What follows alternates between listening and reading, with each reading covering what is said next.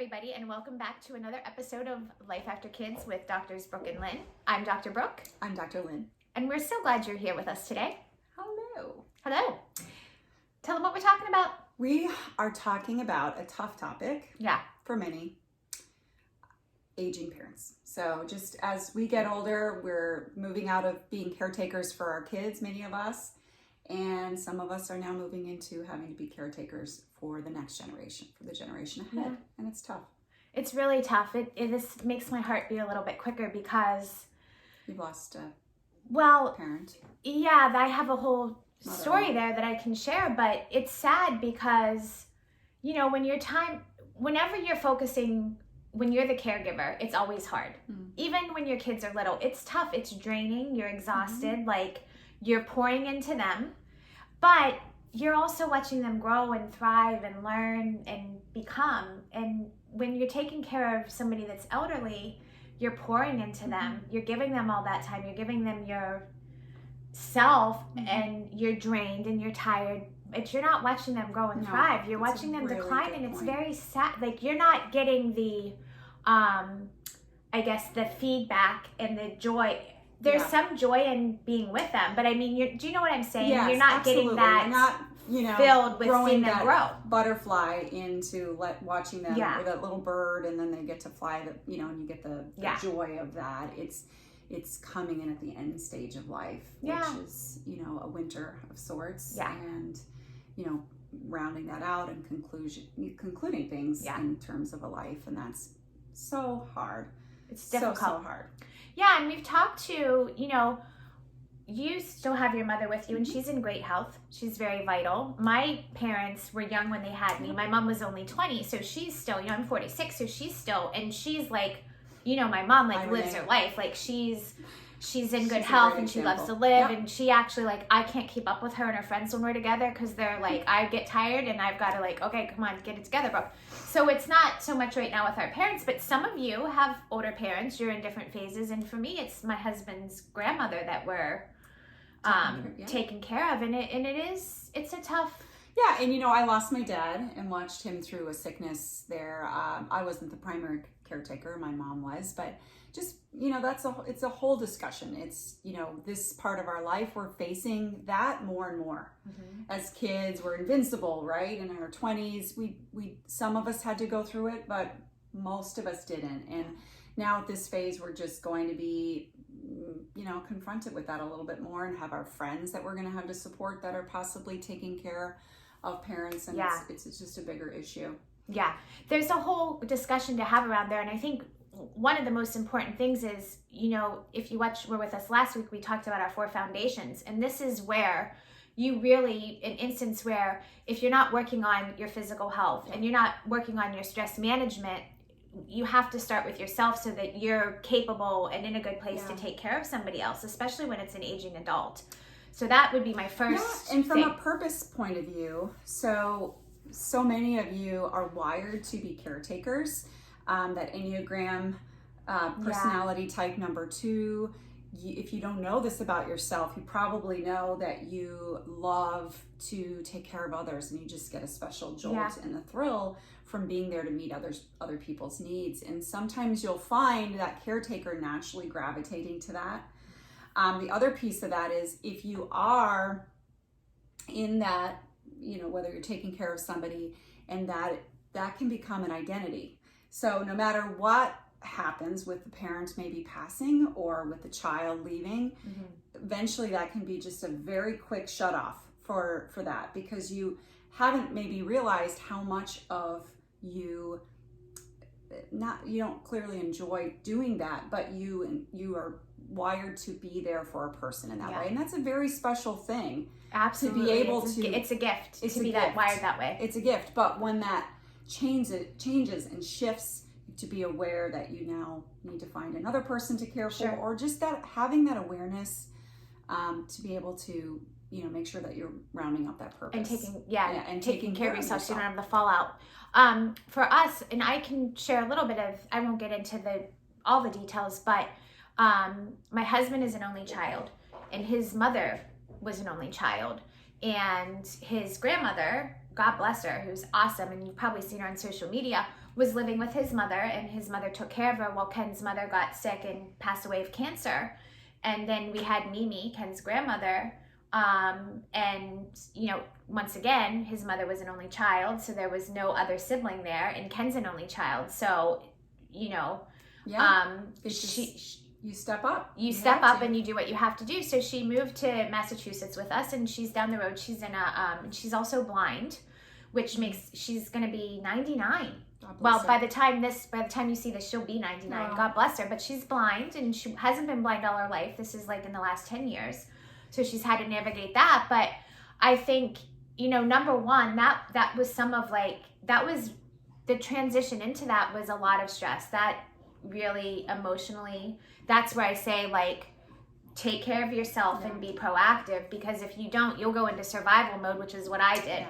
And just in the moment, do what I need to do to get things going and to get things situated and make sure she's okay. And then when you get a moment where things calm down and your body knows that it's okay to crack, I cracked. That's what happens so often, just not even in that situation, in so many of our stressful situations. Yeah. And then actually when you take a breath and you get out of that fight or flight, then the body, you know, then you get a sickness or cold or flu. Yeah, you see that on vacation. It happens a lot. Right? Yes. Like you're fine, you're like go, you go on vacation, you get sick. And this is a side note. I don't know how I got on this tangent, but same point. When your body can finally relax, that's when something will come up. Yeah. I have a couple of, I think, just some key things that I can talk through that have helped, I think, for Ken and I. And even my grandmother is still with us, and my mom is her caretaker now because her siblings have passed. So it's weird to talk to my mom about her taking care of my grandmother and the same, like, we're comparing. We can have that conversation because Ken and I are caretakers for his grandmother. Yes. But I think some key things are, it can be very difficult because they can be very grouchy. And many of you might see that because some of that's dementia, and some of it's just because, you know, they're in the situation they're in, but they don't feel good. You know, there are days where I'm like, I try to touch base with her very regularly, but there are days where I'm like, I've had a hard day, and like the last thing I want to do is get on the phone and hear, and I'm not being mean about her because God bless her, but I think if you can remember to put yourself in their shoes for a minute. I have to take a step back and remember, like, she's 99. She can't see. She's in, you know, assisted care, but, you know, her daughter's gone. Most of everyone she knows gone. And when I take a step back and can catch my breath and say, put yourself in her shoes, it's much easier to be more sympathetic, compassionate, and understanding there. And then the other thing is, the motto that I've lived by, that I've raised my kids on, is treat other people the way you want to be treated. And, you know, if you think about, that could be, hopefully this is the point of life after kids, we're taking care of ourselves so we don't get into a situation like that. But any one of us could be there. You don't know what's going to happen in life, and how do you want to be treated when you are there? Absolutely. That's such a good point. You know, it's whether it's karma or what have you, it's just, I feel like what you put out into the world comes back. Yeah. And so, you know, and just that example, that lesson that you just shared, it's so true for everything. Just always thinking about the other person. And that's tough to do. I mean, I think as women, it comes a little easier to us than sometimes, maybe not, but, you know, we tend to be a little bit more of the nurturers. I agree. We can go there. But stop, and I love that, just stop, reframe, put yourself in that other person's shoes. Think about realize that. what they're It's going such a good lesson for everything, for tolerance in any life. And here's the other thing, because that can be tricky, and my mom has shared this too. Like, you know, I go there, and part of with my grandmother is she's got some dementia too, so like she's not always herself. And my mom is like, I want to go there and have a nice time and enjoy her, like the little time that I have left with her, and be with my mom and laugh. And she's like grouchy and miserable, and you can't, you know, you walk away going, oh. But I think, and I've had those moments too, where like you want to have a nice phone call, and you call and it's this, what happened, this happened, and that. And it's like, I think the other thing here is, don't hold on to that. Yeah. if you can have that conversation, and because this is what I did early on, I get off the phone and go to Ken and be like, oh my gosh, like, are you kidding me? Him and or and Ken, or the family, or exactly, have it pass on. And Ken would say, you have to just, it's not nothing that you did. It's not anything that necessarily we can change. You just can't, you've got to let it go in one. You got to be there for them. Listen, be the ear, be the shoulder, be whatever they need. Cause it is about them at this stage, not you.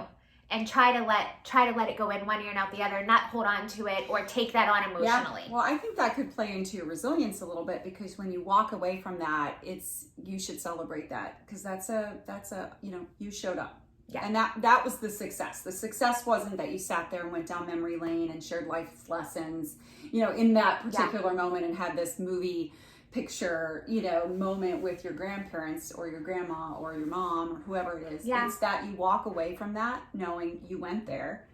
Yeah. You showed up and you sat there in that hard moment. Yeah. Right? We can do those hard things. Yeah. And very often, especially with dementia, I have a good friend who's sadly going through some of this with her mother right now. And like, you go there and you do the hard things, because there are glimpses of moments where you get that love back and you see that person, or you get to have that laugh, and it makes all the rest of it worth it. Yeah. So it puts life in perspective. It does. Yeah. And then the last thing I would say here is a conversation that I've had with my husband, because he can get like little requests. Like I'm trying to think if I could give you guys an example. Like Mimi, like, always, like, she worked in a bank, so she's into numbers, so she'll always want to know, like, what's in her bank account, and I need to write a check, and I've got to get this check to Ken because he has to have it, and she doesn't need to give us anything, we're fine.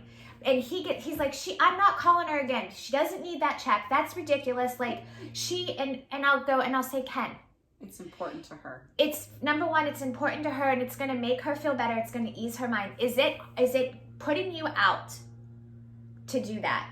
Is it taking a ton of time in your day? Is it something hard for you to do? Well, no. So if it's a simple task for you, even if it's pointless in your mind, if it's going to ease her mind, if it's going to help her, bring her any type of joy or help her relax, then just what's the harm? Yeah.